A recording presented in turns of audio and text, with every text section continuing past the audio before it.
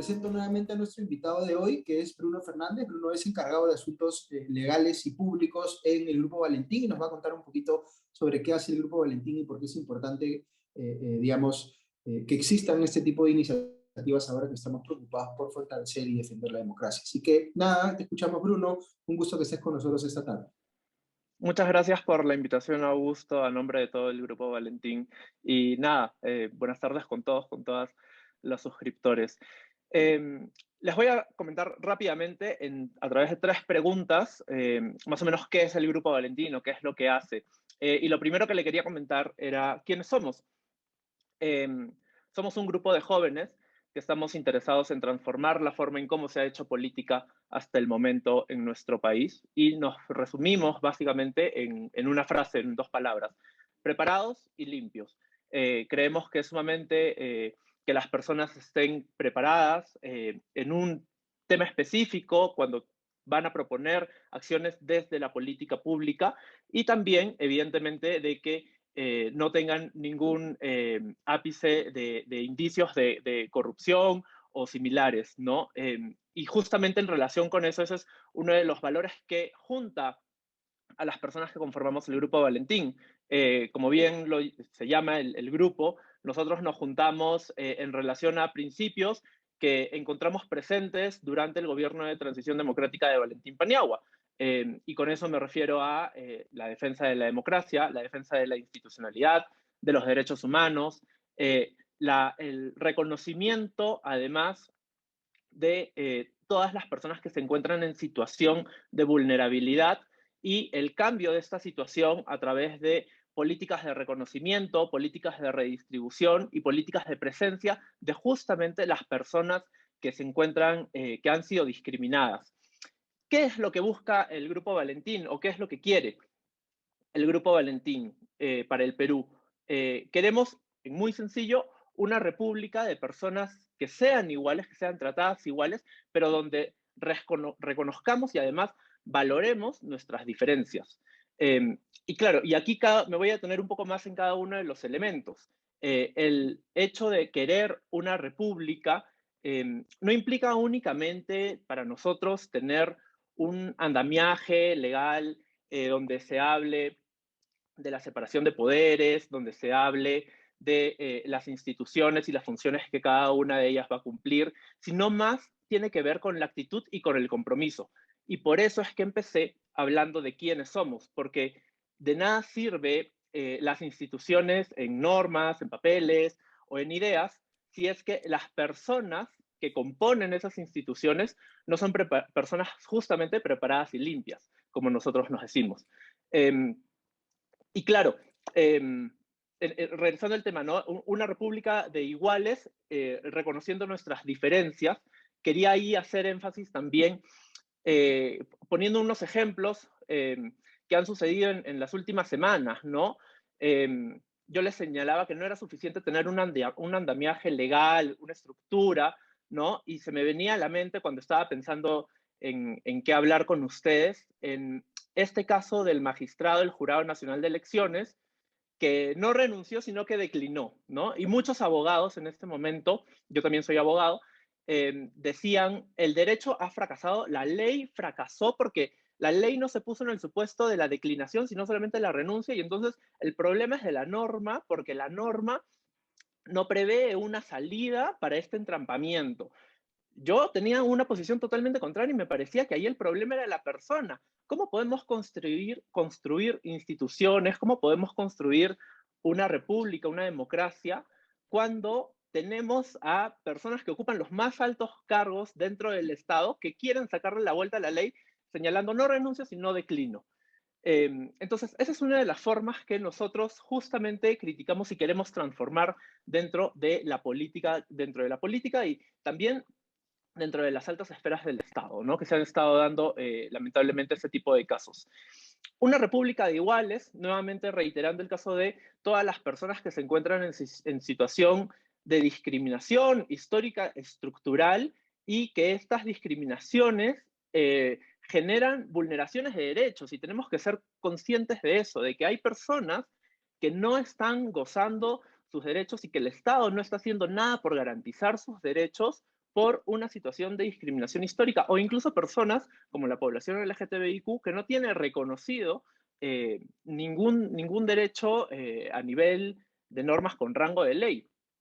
Y por último, la diferencia, que nos parece sumamente importante, poder entender de que evidentemente en cuanto a derechos todos somos y debemos ser iguales, pero que en cuanto a la descripción fáctica somos evidentemente diferentes, tenemos posturas distintas, tenemos bagajes, experiencias de vida, necesidades distintas que no solamente deben ser reconocidas, sino también valoradas. Augusto hablaba hace un momento de la importancia para el debate, evidentemente en ese tipo de espacios, pero también para la toma de decisiones públicas y de las políticas públicas. No podemos tratar de homogeneizar a todas las personas o de darle una sola situación a todas las personas, sino que tenemos que empezar a valorar esas diferencias y a escucharnos sin mirar por sobre el hombro a quien piensa distinto, a quien viene de una cultura distinta, porque por el contrario nos enriquecemos y vamos a tener unas mejores propuestas y mejores políticas públicas cuando empecemos a tener un verdadero diálogo intercultural. Y ya para terminar, lo último es, ¿cómo hacemos o dónde pone el foco el Grupo Valentín? Evidentemente, en el tema de la política, ¿no? En cómo está la política y cómo está desarrollando la política, tanto en las formas como en el fondo, es decir, eh, las ideas que se están proponiendo y el cómo se están proponiendo estas ideas, que son dos cosas muy interesantes en las cuales tal vez podríamos profundizar después, pero también en las políticas públicas que han sido dejadas de lado durante estos últimos años a causa justamente del ruido político que no ha favorecido en nada a una mejor toma de decisiones desde el ámbito público. Y aquí, por ejemplo, les quiero mencionar algo muy actual. Durante esta semana, seguro muchos han estado escuchando, leyendo todos estos posibles cambios dentro del gabinete, pero claro, más allá de la postura que tengamos sobre tal o cual ministro, su permanencia o no, hay algo que está pasando por debajo y que no ha sido mirado por casi ningún medio de comunicación, y es el debate del presupuesto público.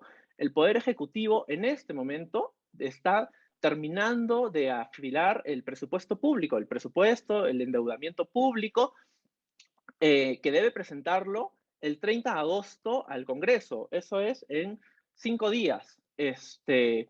Con lo cual, y además, claro, evidentemente el presupuesto, el proyecto de ley debe ser aprobado en el Consejo de Ministros, y con todos estos cambios no hemos estado pudiendo prestarle atención a algo que es tan importante y tan fundamental como es cómo se van a manejar las cuentas del Estado durante el año 2022, ¿no? Y otro tema que también pasó por abajo a raíz de todo el ruido político y que nos parecía a nosotros sumamente preocupante, y era la transferencia de mando cuando terminó el gobierno de Sagasti y empezó el de Pedro Castillo. Más allá de todo el proceso que hubo ante los jurados electorales y el Jurado Nacional de Elecciones, no se estuvo prestando atención y no hubo una correcta transferencia de mando del gobierno nacional en ese momento.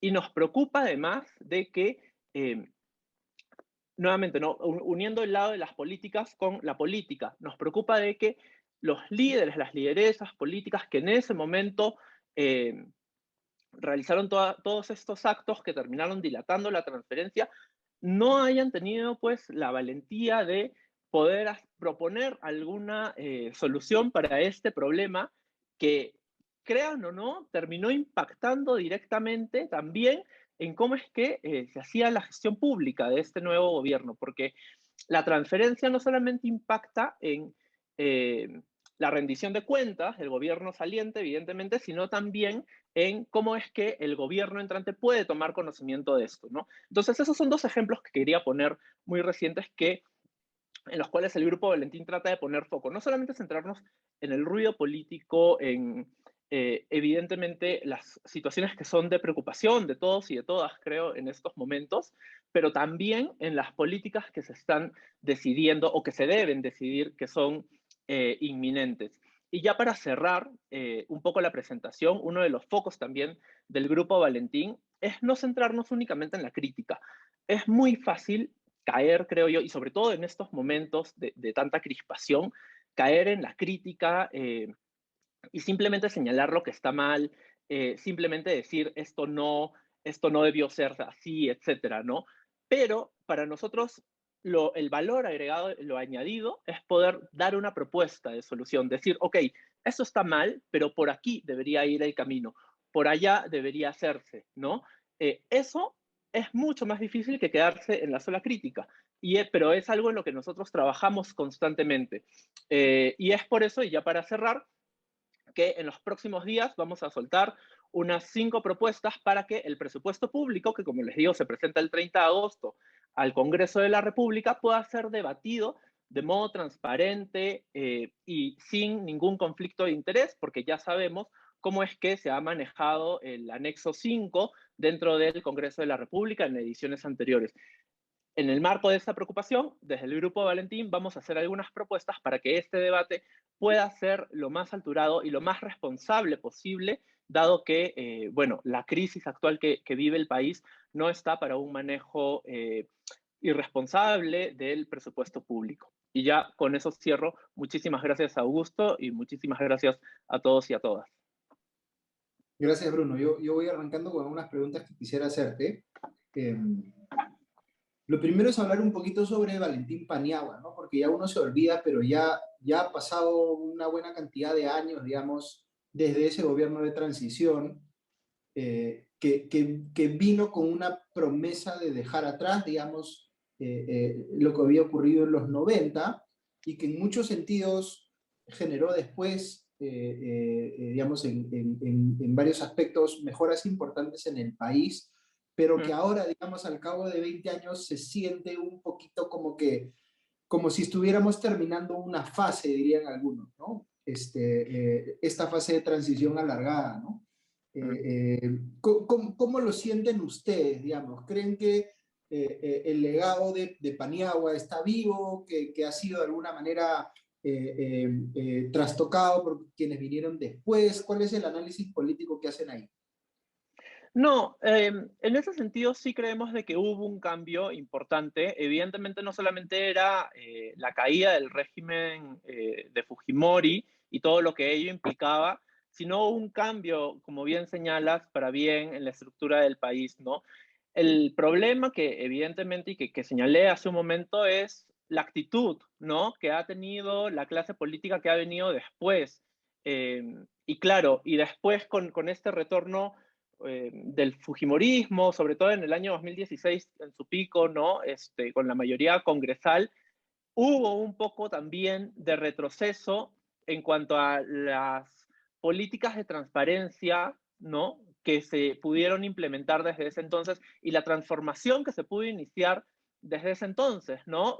No solamente centrándome en el gobierno de Valentín, que fue importante definitivamente, pero había una serie de decisiones y de actitudes y de compromisos que se estaban dando desde todos los poderes del Estado desde ese entonces y que a partir del año 2016 sí se siente un cambio profundo en las formas y en el fondo de cómo se hace la política en el país. Sí, es bien interesante, pero digamos que la época post-Paniagua vino con una promesa de digamos, reconstitución de la institucionalidad del país, ¿no? De la institucionalidad que se había precarizado, se había debilitado, ¿no? Y en algunos ámbitos del Estado, y ustedes por supuesto tienen mucho expertise en varios de ellos, he visto los CVs de los integrantes del grupo y la verdad que son bien, digamos, impresionantes.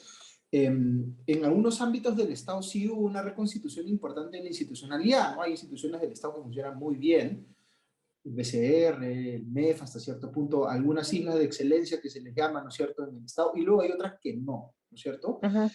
¿Y hasta qué punto, digamos, ustedes consideran que eso es una especie de, digamos, fraude a esa idea republicana donde uno esperaría que esas instituciones funcionen bien y bien para todos, digamos, no solamente para quienes están en situación de obtener más fácilmente, digamos, acceso a lo que puedan hacer, digamos, cualquiera de estas instituciones, ¿no?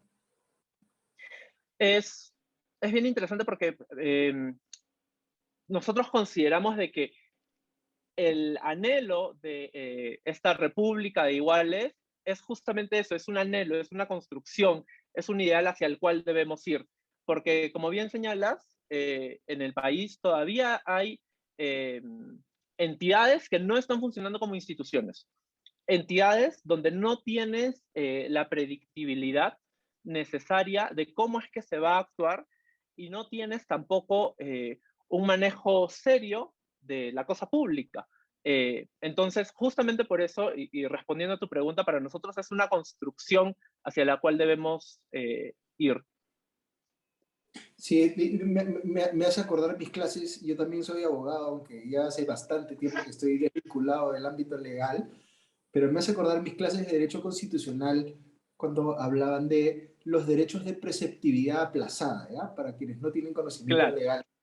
Básicamente, esto se refiere a cuando tú tienes un derecho que está, digamos, garantizado por la Constitución, contemplado en la Constitución, pero no lo puedes hacer efectivo de inmediato. Por ejemplo, el derecho a la educación o el derecho a la salud. Tú puedes querer darle acceso a todos, pero no es que de un día para otro haya escuelas, digamos, en todos los rincones del país y todo el mundo tenga efectivamente acceso. Es algo que se va consiguiendo en el tiempo. Pero esta idea de los derechos de perceptividad aplazada es pues un eufemismo, ¿no? Uno de tantos eufemismos que utilizamos los abogados para decir, mira, ahorita no te puedo garantizar esto y mañana mm, tampoco y pasado mañana tampoco y ya veremos cuándo te lo garantizo, ¿no? mm, Entonces, una forma de ver la Constitución, y de repente esto puede ser medio sacrílego para algunos de mis colegas abogados, es, si tú coges la Constitución en toda la parte que tiene la enumeración de derechos, ¿no? Lo que podría ser el Bill of Rights en otras constituciones, ¿no es cierto? Y uno empieza a ver cuántos de esos derechos están garantizados para toda la población, ujú, encuentra que la Constitución es como si fuese un contrato en permanente incumplimiento, o al menos en permanente incumplimiento respecto de ciertos sectores de la población, ¿no? Y eso es bien difícil de asimilar cuando uno, por supuesto, no es víctima de ese incumplimiento, ¿no? Pero es como exacto. que, y conecto aquí con la idea de Bruno de la República de Iguales, ¿no? No puede contemplarse una República de Iguales cuando ese contrato, el contrato social que le da, digamos, este sentido a nuestro país, está en permanente incumplimiento. Y esto no es un tema de los políticos de tal lado del espectro ideológico, de tal otro, es una situación permanente en nuestro país, ¿no? Tenemos un contrato social que no se cumple y hay que ver cómo lo hacemos cumplir. ¿Cuáles son las recomendaciones, Bruno, en ese sentido? Sí, ahí dos ideas se me vienen a la mente. A ver, la primera, siempre cuando se habla justamente de estos derechos, yo también soy abogado y constitucionalista, así que peor la deformación, pero siempre que se habla de estos derechos, se pone de excusa mucho el tema del presupuesto, ¿no? Y se dice, bueno, es que no hay presupuesto, como tú bien dices, ¿no? Para poner escuelas en todo el país, no hay presupuesto para poner postas médicas en todo el país, etcétera. Y claro, se piensa que solamente estos derechos tienen una prestación o implican una prestación económica por parte del Estado, o sea, directa o indirecta, pero en verdad es una visión, me parece, ya bastante atrasada, ¿no? Porque, por ejemplo, para preservar nuestra vida, ¿el Estado qué hace? Le paga a los policías, ¿no? Les compra carros, les paga gasolina, etcétera. Para acceder a la justicia, ¿el Estado qué hace? Tiene un poder judicial con jueces supremos, jueces superiores, jueces, etcétera, ¿no? Locales, etcétera. Y así podríamos seguir hablando, ¿no? Del derecho a la integridad, de otros derechos que también implican prestaciones y que probablemente no las vemos o no las concebimos como tal. Entonces, estoy totalmente de acuerdo contigo en ese sentido de que estos derechos se están incumpliendo y me parece a mí con excusas. Además, soy consciente, evidentemente, de que el presupuesto tiene sus límites y los recursos son escasos, pero las excusas no son siempre, pues, las correctas para alegar este presunto incumplimiento.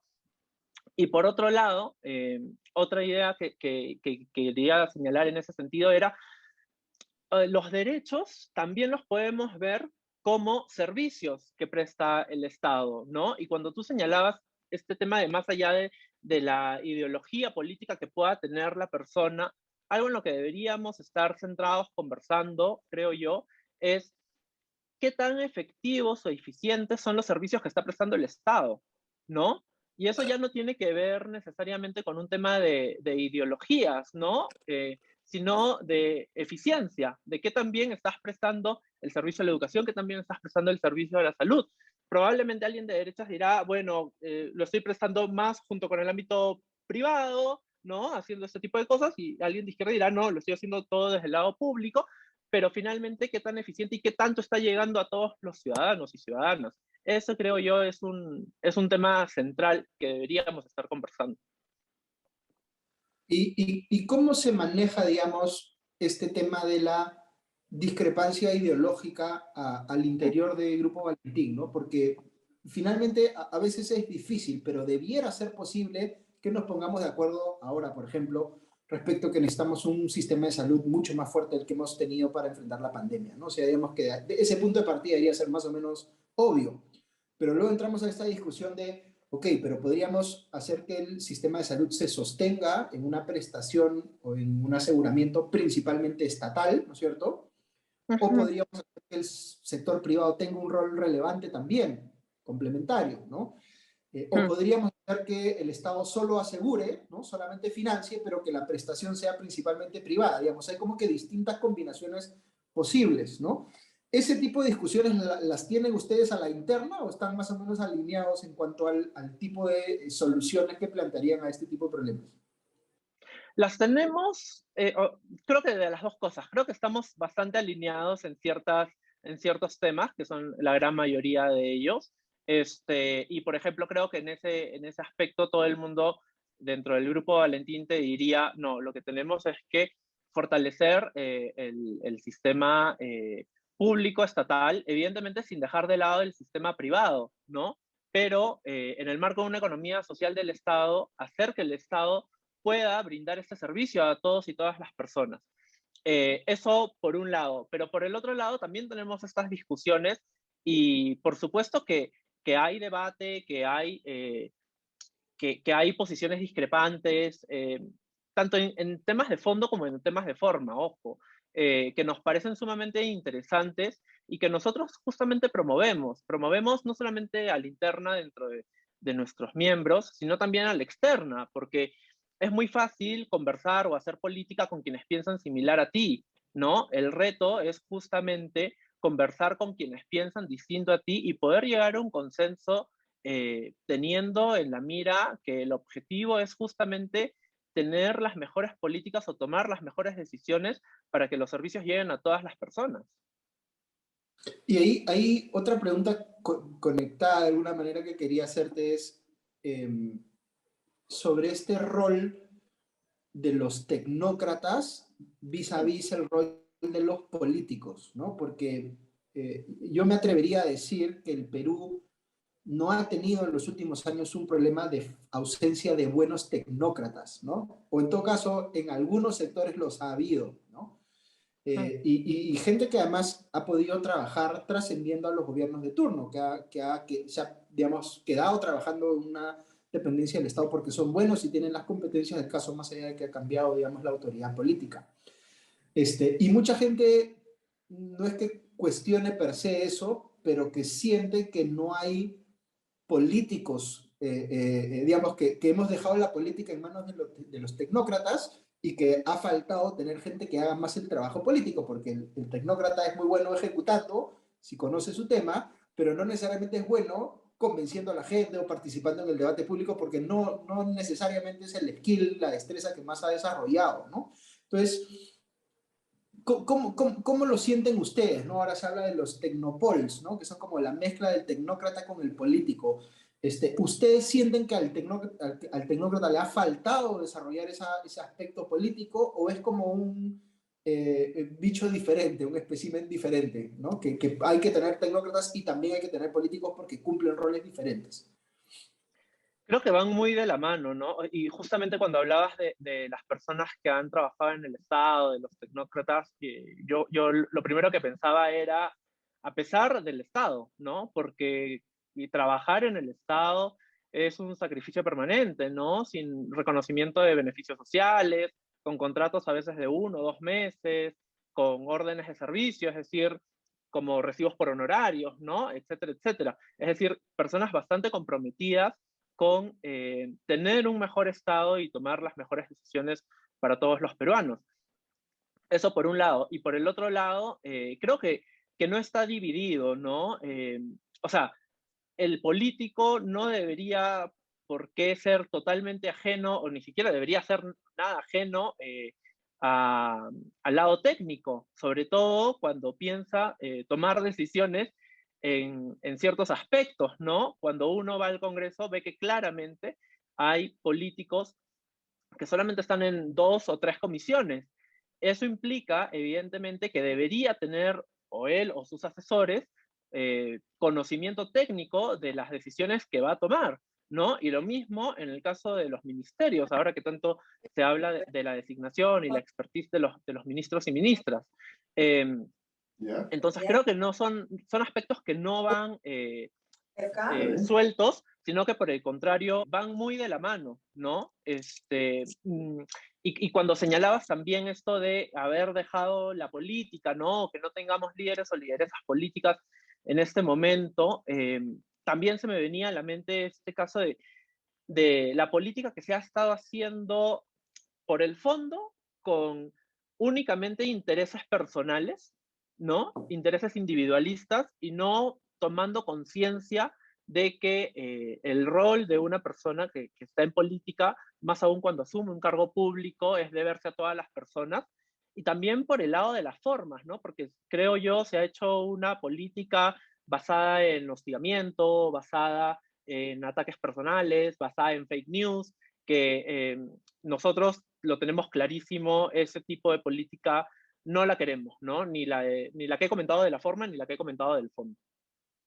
Sí, yo lo que siento, y voy a hacer un comentario final y ahí voy a abrir a preguntas, porque si no, no quiero acaparar yo todo el tiempo, pero yo siento que nos ha sido mucho más fácil como país llevar gente talentosa al servicio público en determinados espacios del Estado, ¿no es cierto? Ujú, Que por ejemplo al Congreso. ¿Por qué? Porque las vías de ingreso son diferentes, digamos, ¿no? claro. Una persona talentosa con el expertise correcto puede entrar al Estado con todos los contras que tú mencionabas, ¿no? La falta de estabilidad, la falta de beneficios, la falta de condiciones buenas de trabajo, en fin, todo lo que podemos comentar. Pero si tiene la vocación, puede entrar y puede hacer cosas relevantes, ¿no? Por Nosotros supuesto. conocemos. Entonces, yo conozco mucha gente muy, muy capaz y muy honesta, muy limpia, como tú decías, que está trabajando en el Estado. Pero el camino para entrar, por ejemplo, al Congreso es mucho más complicado, ¿no? Porque hay que Ujú, militar un partido o conseguir una posición de invitado, pero estar dispuesto a entrar con una lista parlamentaria donde pueda haber de todo. Tú no sabes quién te acompaña, ¿no es cierto? Te puedes ir enterando después de que hay gente con anticuchos que no conocías, o los mismos partidos no necesariamente representan lo que a ti te gustaría que digamos, no son organizaciones con las que tú quisieras vincular tu reputación personal necesariamente, ¿no? Entonces, te pregunto porque no sé si han discutido a la interna del Grupo Valentín sobre si entre ustedes hay eventualmente el interés de participar en política vía candidaturas al Congreso. Si es algo que quisieran hacer, ya sea evolucionando a constituir un partido político o ustedes mismos a título personal entrando a algún partido político para postular. No sé si es algo que han discutido entre ustedes. te comento. Nosotros estamos interesados, tanto como te señalaba al inicio, en las políticas públicas como en el plano político, ¿no? Evidentemente hay gente que se inclina más al solamente plano técnico y hay gente que se inclina más al plano político con cara visible. ¿No? En este momento no podría señalar que haya alguien interesado, porque no lo sé, en candidatear así específicamente, pero sí te podría señalar de que hay gente, evidentemente, con interés más en el plano de la política que en el plano de las políticas.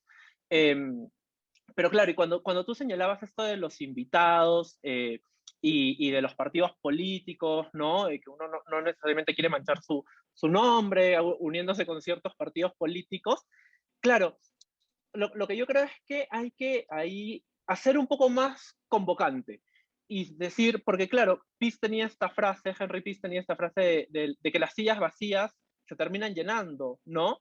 Y puede ser, yo soy consciente de que puede ser eh, bastante arriesgado animarse a hacer política, o que incluso en este momento puede estar muy desvalorizado hacer política dentro del Perú, pero creo que es algo indispensable, ¿no? Porque si no estamos dejando que esas sillas únicamente se estén llenando por personas que tienen intereses personales, que entran a política únicamente pues para servirse a ellos o para servir a ciertos grupos minoritarios, ¿no? O para hacer este tipo de política con fake news, con insultos, que estoy seguro es algo que nadie aquí comparte y que todos deberíamos combatir, ¿no?